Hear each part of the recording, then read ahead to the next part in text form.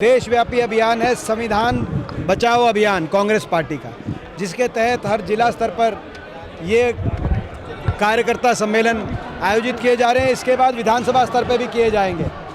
और जिस तरीके से चौतरफा हमला संविधान पे किया जा रहा है, संवैधानिक संस्थाओं पर, चाहे वो चुनाव आयोग हो, चाहे वो जांच एजेंसियां हो, चाहे वो मीडिया हो, जुडिशरी हो, आज हर संस्था की निष्पक्षता और साख पे प्रश्न चिन्ह लगाए जा रहे हैं। वो आप देख रहे हैं। तो आज संविधान को बचाने के लिए, और केवल संस्थाओं पर ही नहीं, संविधान में जिन हर वर्ग के जो अधिकार सुनिश्चित किए गए थे, जैसे रिजर्वेशन का अधिकार, आज सरकारी नौकरियों को समाप्त किया जा रहा है। आपने देखा HKRM जैसी योजनाएं लाई जा रही हैं, जिसमें बिना रिजर्वेशन के कच्ची नौकरी पे सरकार खुद ठेकेदार बन रही है।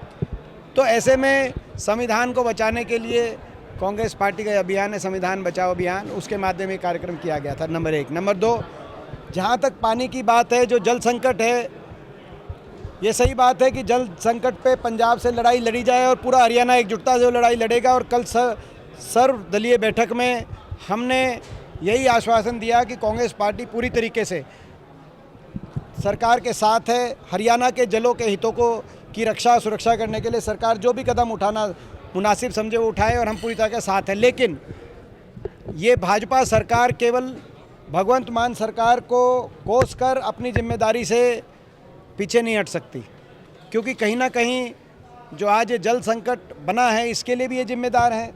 जैसा कि अभी विस्तार से अध्यक्ष जी ने हमें आपको बताया कि जो अधिकारी लगने चाहिए थे हरियाणा के भाखड़ा प्रबंधक बोर्ड में, BBMB में, चाहे वो SC नंगल सर्कल का हो, वो हरियाणा का हमेशा लगता आया है, वो भी आज रिक्त पद पड़ा है।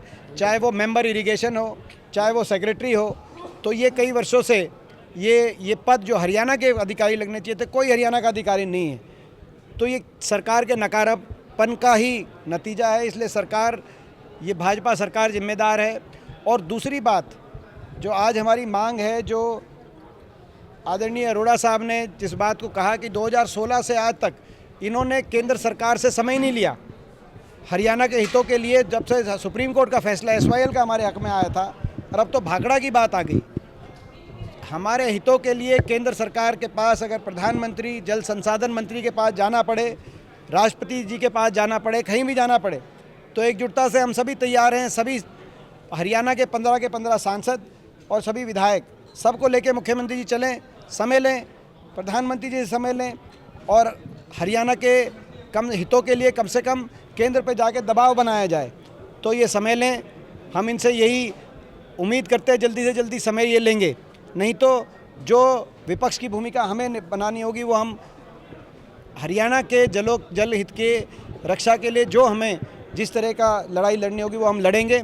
दूसरी हमारी मांग है कि विशेष सत्र विधानसभा का बुलाया जाए तुरंत। हमने 2 मांगे करी थी हुड्डा साहब ने कि सर्वदलीय बैठक और विशेष सत्र। अभी तक सर्वदलीय बैठक तो बुलाई गई उसके बाद, लेकिन विशेष सत्र, जब पंजाब की सरकार ने विधानसभा का विशेष सत्र बुलाया है, तो हरियाणा की सरकार क्यों नहीं बुला रही? तो ये हमारी मांगे हैं।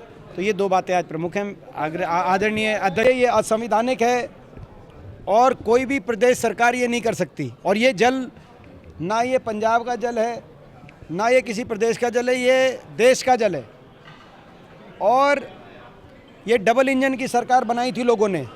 अगर ये चंडीगढ़ का इंजन इसमें कामयाब नहीं हो रहा, तो दिल्ली का इंजन चले कम से कम।